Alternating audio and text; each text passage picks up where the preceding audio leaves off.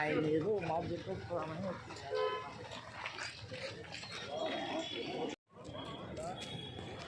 ఐడికి వచ్చారా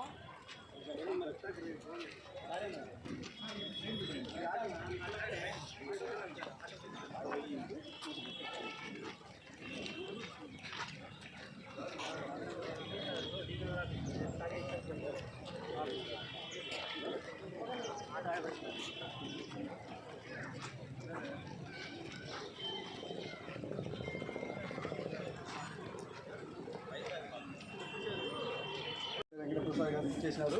వారికి కలిగి పట్టణ బలి సేవా సంఘం తరఫున స్వాగతం. అలాగే జనసేన నాయకులు బ్లూ మూన్ అధినేత ఎం శివశంకర్ గారు ఈ కార్యక్రమంలో ముఖ్య అతిథులుగా విచ్చేస్తున్నారు.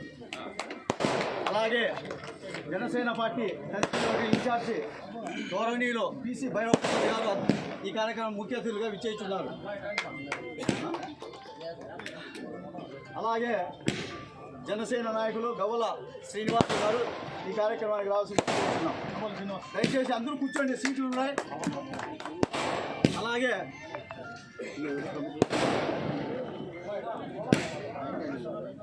రమేష్ సార్ ఈ కార్యక్రమానికి రావాల్సిందిగా కోరుతున్నాం. కనకల్ మండలం నుంచి కొక్కంటి చలపతి గారు, అలాగే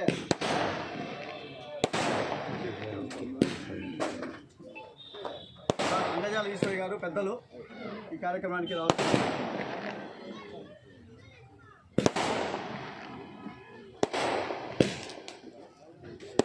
ఎన్వి ప్రసాద్ బలిజ సంఘం మాజీ అధ్యక్షులు.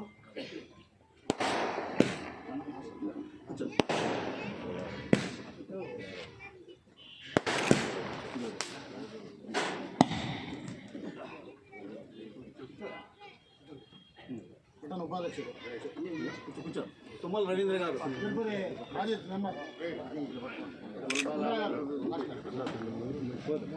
మోపూర్ చంద్రశేఖర్ గారు,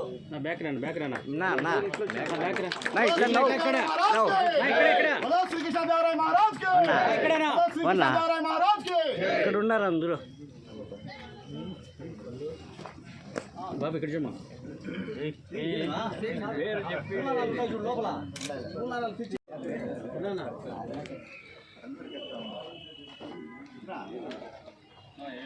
ముఖ్యంగా ఈరోజు ఈ సమావేశాన్ని ఏర్పాటు చేయడానికి ముఖ్య కారణం మన సంఘం యొక్క నూతన క్యాలెండర్ ఆవిష్కరణ కార్యక్రమం గౌరవ శాసనసభ్యులు శ్రీ కందుకుంట వెంకటప్రసాద్ చేతుల మీదుగా ఆవిష్కరించబడింది.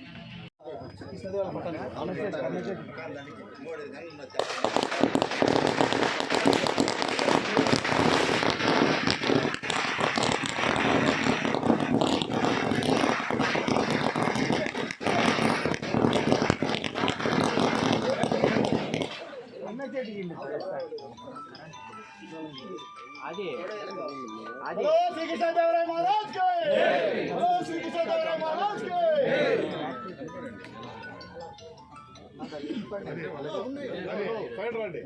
బలిజల ఐక్యత, బలిజల ఐక్యత. అదే హార్మోన్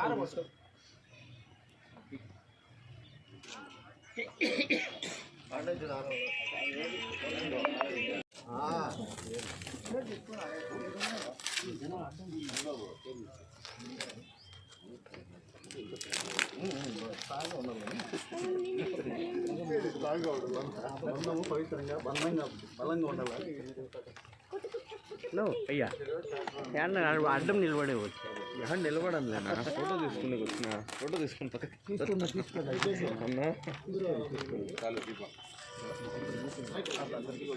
రాలేదు జనవరిలో పెట్టుకోండి.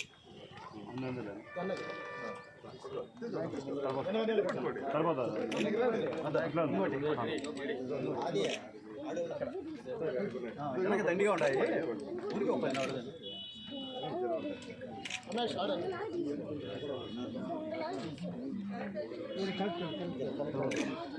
కరెంట్ వచ్చింది చూడండి.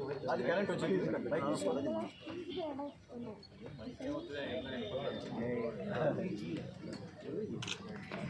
సభ్యులు శ్రీ కందికుంట వెంకటప్రసాద్ గారు రావడం ఈరోజు అత్యంత శుభదినంగా మనం పరిశీలించుకోవచ్చు.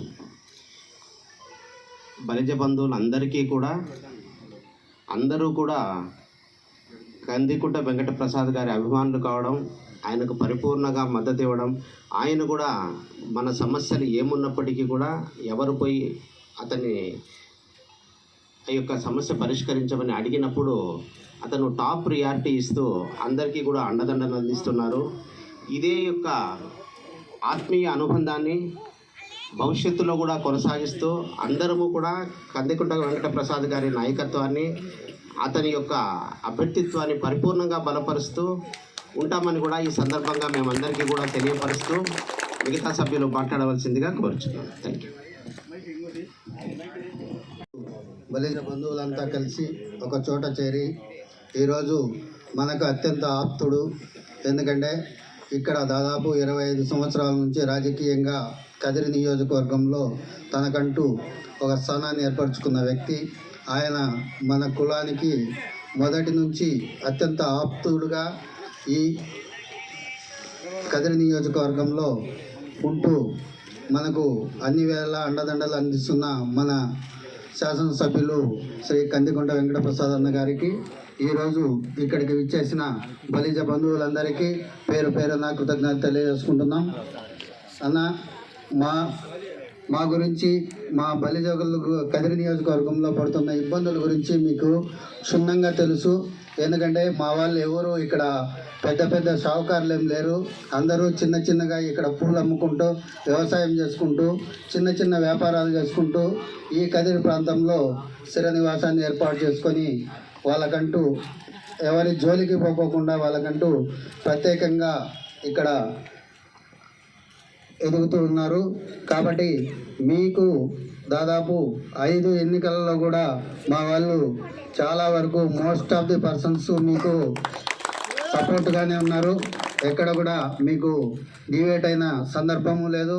అలాగే రాష్ట్ర వ్యాప్తంగా చూసుకున్నట్లయితే ఈ 2024 సంవత్సరంలో దాదాపు బలిజ, కాపు, ఒంటరి తెలగ కులాలు దాదాపు 90 నుంచి 95% కూటమి ప్రభుత్వానికి సపోర్ట్ చేసి ఈ రాష్ట్ర వ్యాప్తంగా ఘన విజయాన్ని సాధించారు. కాబట్టి ఇక్కడ మాకు చిన్న చిన్న సమస్యలు ఉన్నాయి. ఎందుకంటే పెద్దలకు అనుమతితోనే చెప్తున్నాను. ఎందుకంటే ఈ స్థలము దాదాపు 30 సంవత్సరాల క్రితము కొన్న స్థలము. దీనికి వెనక పక్కన దారి ఉంది, కానీ అది సరిగా దారి లేదు. మా వాళ్ళు చిరకాల కోరిక టీటీడీలో నుంచి మాకు చిన్న దారి అవతలికి రోడ్డుకు ఇవ్వాల్సిందిగా, దానికి మీరు ప్రభుత్వ పరంగా కృషి చేయాలని చెప్పేసి మేము తెలియజేసుకుంటున్నాం. ఎందుకంటే మాకంటూ కళ్యాణ మండపం లేదు. దాన్ని మేము ఏదో విధంగా మీ ప్రభుత్వ సహకారంతో, మీ సహకారంతో మేము కళ్యాణ మండపాన్ని చేసే విధంగా చేసుకుంటాం. అందులో మీ సహాయ సహకారాలు కూడా మాకు కావాలి. అలాగే దారి విషయంలో మీరు దగ్గరుండి ఈ దారిని మాకు అవతల రోడ్లకి ఇచ్చినట్లయితే మేము మా కులము మీకు రుణపడి ఉంటుందని చెప్పి తెలియజేసుకుంటున్నాం. అలాగే ఇక్కడ రాజకీయంగా కూడా చిన్న చిన్న పదవులు ఉన్నాయి. కాబట్టి మాకు ఈ సభాముఖంగా నేను తెలియజేస్తున్నాను, కూటమి ప్రభుత్వంలో దాదాపు 90% బలిజలు మీకు సపోర్ట్ చేశారు. మాకు అవకాశం ఉన్న చోట మాకు అవకాశాలు కల్పించవలసిందిగా, ఎందుకంటే కూటమి పెద్దగా నేను అభ్యర్థిస్తున్నా. మీకు కాబట్టి నాకు ఈ అవకాశం ఇచ్చిన పెద్దలందరికీ హృదయపూర్వక కృతజ్ఞత తెలియజేసుకుంటున్నాం. ఎందుకంటే ఈ క్యాలెండర్ ఆవిష్కరణ అనేది గతంలో నుంచి జరుగుతూ ఉంది. ప్రత్యేకంగా ఈ సంవత్సరం అందున మీరు శాసనసభ్యులుగా ఎన్నికైన సంవత్సరం ఇందులో మీరు ముఖ్య అతిథిగా ఇచ్చేసి ఈ క్యాలెండర్ ఆవిష్కరణ చేయడం చాలా చాలా అదృష్టంగా మేము భావిస్తున్నాం. కాబట్టి మాకు ఈ స్థలానికి దారి, తర్వాత మాకు అవకాశాలు, ఏదన్నా పొలిటికల్గా అవకాశాలు, సామాజికంగా రాజకీయంగా అవకాశాలు కల్పించవలసిందిగా ఈ సభాముఖంగా ఒక కూటమి పెద్దగా మీకు మేము అభ్యర్థిస్తున్నామన్నా. కాబట్టి నాకు ఈ అవకాశం ఇచ్చిన పెద్దలందరికీ హృదయపూర్వక కృతజ్ఞత తెలియజేస్తున్నాను. 2018లో కేంద్ర ప్రభుత్వము ఓబీసీ కోటా కింద 10% కేటాయిస్తే రాష్ట్ర ప్రభుత్వం శ్రీ నారా చంద్రబాబు నాయుడు గారు ఈ సామాజిక వర్గానికి 5% ఓబీసీ కోటా కింద విద్య ఉద్యోగపరంగా కల్పించడం జరిగింది. తర్వాత వచ్చిన ప్రభుత్వం దాన్ని రద్దు చేసింది. కాబట్టి ఈసారి మన ఈ జరగబోయే అసెంబ్లీ సమావేశాల్లో మన తరఫున మన కదిరి శాసనసభ్యులు ఈ అభియోగాన్ని ప్రతిపాదించవలసిందిగా కోరుతున్నాం.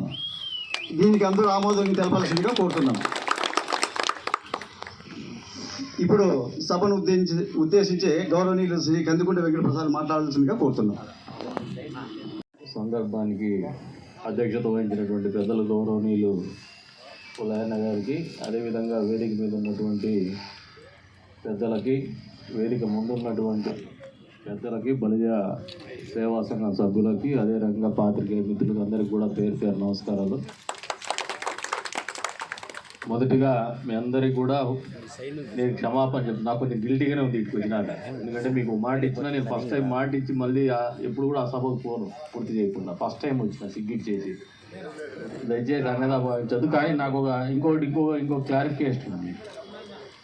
ఇక్కడ మీరు కదిరిపట్టణ బలిజ సేవా సంఘం ఆధ్వర్యంలో ప్రస్తుతము కళ్యాణ మండపం నిర్మాణం జరుగుతున్నది. ఇప్పటికి 18 లక్షల రూపాయలు వ్యయం జరిగిందని పెట్టినారు. మీకు దీంట్లో వాస్తవాలు చెప్తాను. నేను 2019 ఎన్నికల సందర్భంగా 50 లక్షల రూపాయలు ఇచ్చినాను. 50 లక్షల రూపాయలు కాంట్రాక్టర్ని మీకు అప్పచెప్పినాను. అప్పచెప్పిన తర్వాత ఆయన ఎలక్షన్స్లో మనం ఓడిపోయినాం, ప్రభుత్వం కూడా పోయిన తర్వాత పని నేను చెయ్యను అని చెప్పేసి నా దగ్గరికి వచ్చినాడు. 16 లక్షల రూపాయలు రిటర్న్ కొట్టినాడు ఆయన.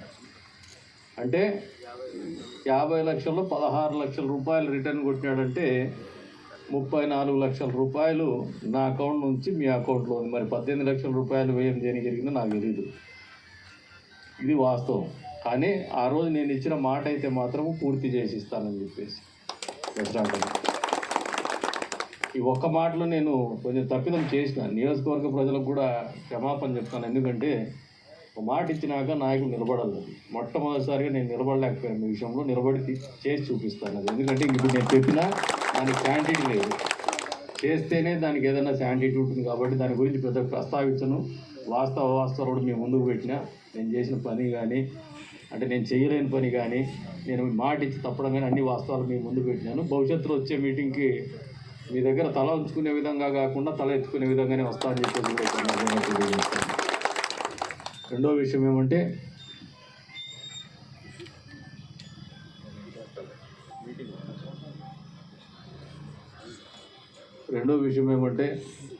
మొదటి నుంచి కూడా నన్ను అద్భుతంగా మీలో ఒకటిగా ఆదరిస్తున్నటువంటి సోదరులు, బలి సోదరులు, ఏదైనా ఒక ఎలక్షన్లో 5% అటు ఇటుకు జరిగిందేమో కానీ ఎప్పుడు కూడా మెజారిటీ మాతోనే ఉన్నారు, పార్టీతోనే ఉన్నారు.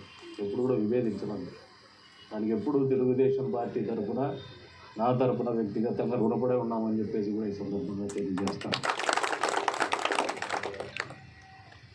రాజకీయంగా అవకాశాలు అనేది ఖచ్చితంగా మా వంతు ఎప్పుడు వచ్చినా చివరి నిమిషంలో అడిగినాడు ఆయన సీజీ ప్రాజెక్ట్. నన్ను దాదాపు మా నాయకులందరూ గొడవ పెట్టుకొని తిడుతున్నా కూడా నేను సరే చేసేసేయండి వాళ్ళకని చెప్పిన. అంటే మీకు అవకాశం వచ్చినప్పుడు మా వంతుగా మేము ఎప్పుడు కూడా ప్రోత్సహిస్తూనే ఉన్నాం, ముందు ఉండాలని చెప్పేసి. ఎందుకంటే నేను ఈ ఊరి సామాజిక పరిస్థితులు గమనిస్తూ వస్తాను. ఇక్కడ అందరికంటే అనుభవం ఉంది నేను. ఇక్కడ ఈ సమతుల్యము అట్లే ఉండాలంటే ఖచ్చితంగా మీరు రాజకీయాల్లో కానీ సమాజ సేవలో కానీ నిత్యం భాగస్వాములుగా ఉంటేనే ఆ సమతుల్యం మెయింటైన్ అవుతూ ఉంది. అంతేకాకుండా నరసింహస్వామి ఉత్సవాలు జరగాలన్నా కూడా మీ బోయలతో పాటు బలిజలు ఎంత పెద్ద ఎత్తున భాగస్వామ్యం ఉందో నేను ఎప్పుడు కూడా చూస్తూనే వస్తాను. కాబట్టి ఈ నియోజకవర్గంలో ప్రత్యేకించి కదిరి పట్టణంలో ఆ సమతుల్యము ఉండాలంటే ఖచ్చితంగా మీకు ఎప్పుడు కూడా బాధ్యతలు ఉండాలా, గౌరవం ఉండాలా, గుర్తింపు ఉండాలా, రాజకీయ ప్రాధాన్యత ఉండాలని నేను కూడా బలంగా నమ్ముతానని చెప్పి తెలియజేస్తాను. ఇకపోతే ఇంకా కొన్ని విషయాలు అడిగినారు ఓబీసీ గురించే. అది ఆ చర్చనీయాంశం లేకపోయినామంటే మనం అందరూ వివాదాలు లేక నెట్టబడతాం. ఓబీసీ అయినా ఈడబ్ల్యూసీ అయినా ఒకటే లేదు. ఈడబ్ల్యూఎస్ అనే దాని మీద ఒక పెద్ద చర్చ జరుగుతూ ఉంది. ఎందుకంటే ఎకనామికల్లీ వీకర్ సెక్షన్స్ అనే చెప్పేసి అగ్రవర్ణాల వాళ్ళకి అందుబాటులోకి ఆ పర్సెంటేజ్ తీసుకొస్తున్నారనేది వెనుకబడిన వర్గాల వాళ్ళ అభియోగం. ఆ ఈడబ్ల్యూఎస్లో కూడా వెనుకబడిన వర్గాల వాళ్ళు ఆర్థికంగా బలహీనులు ఉన్నారు కాబట్టి జనాభా దామాష రేట్లోనే వాళ్ళకు కూడా ఆ ఫలాలు అందించాలని చెప్పేసి కూడా వెనుకబడిన వర్గాల వారి నుంచి కూడా ఒక డిమాండ్ ఉంది సమాజంలో.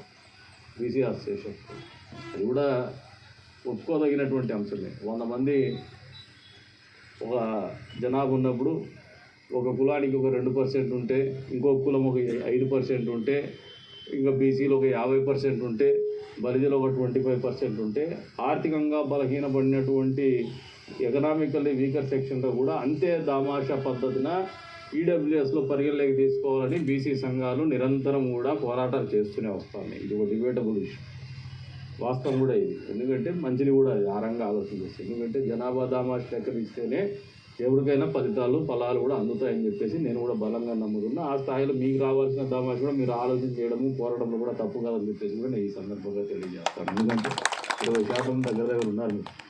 మీరు చెప్పిన కులాలను వెళ్తే 20% దాకా ఉన్నారు. మరి ఈ రోజున మీకు అందరికి కూడా ఒకటే చెప్తాను, మీరు ఎప్పుడు ఇట్లే ఇంకా బాగా పెద్ద ఎత్తున కలెక్టివ్గా ఉండండి. మీరు ఎప్పుడు కలెక్టివ్ ఉండరు.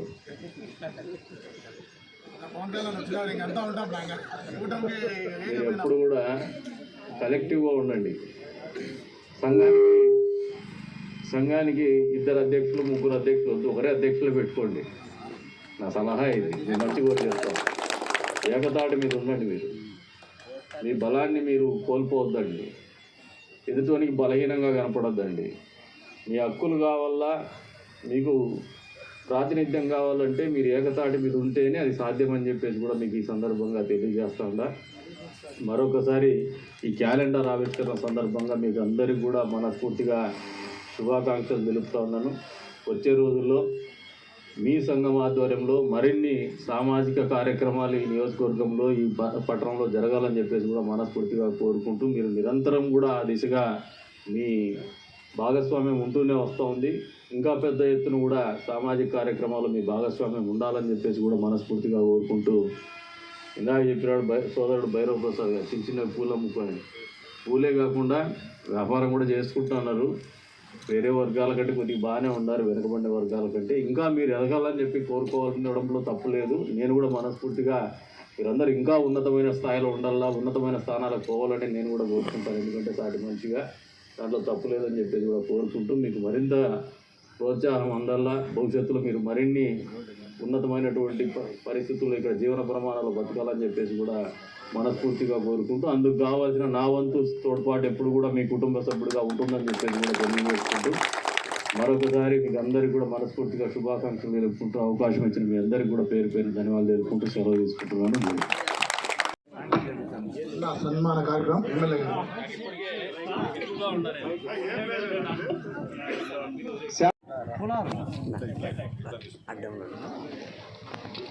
సరిగ్గా అన్నకి చేతి పట్టినట్టు. बोलो श्री कृष्णदेवराय महाराज की, बोलो श्री कृष्णदेवराय महाराज की।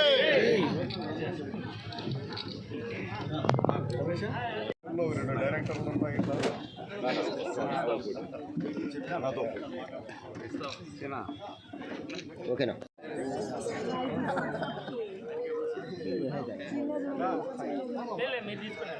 హలో, దయచేసి మా అందరూ ప్రసాదం తీసుకోవాల్సిందిగా కోరుతున్నాం. దయచేసి ప్రతి ఒక్కరూ ఇక్కడ సంఘ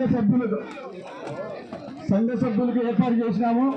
ప్రతి ఒక్కరూ ప్రసాదం స్వీకరించాల్సిందిగా కోరుతున్నాం. ఎవరు పోకూడదు దయచేసి కదండి. రమేష్ స్వీట్ హాట్ తయారు చేయబడినది. ఖచ్చితంగా మీరు దీన్ని స్వీకరించే పోవాలను దయచేసి రండి. సార్ శివశంకర్ సార్ నరేంద్ర అస్సలు తీసుకో అందరికీ పంచండి. దయచేసి అందరూ స్వీట్లు తినాలా హార్ తినాలా దయచేసి అందరూ రండి. అందరూ ఈ యొక్క సమావేశం అన్ని వర్గాలకి సేవ చేస్తున్న కుటాల లక్ష్మణ వీరప్రసాద్ గమల శ్రీన, అలాగే మల్లెం రాము గారు ఉండరాలు చూసిన అలే తరపున జయ అన్నం జయ గారు కిన్నెర సిద్ధ గారు రావాల్సిందిగా కోరుతున్నాము. దయచేసి అందరూ మల్లెపూల గంగాధర ప్రతి ఒక్కరు పేరు పేరున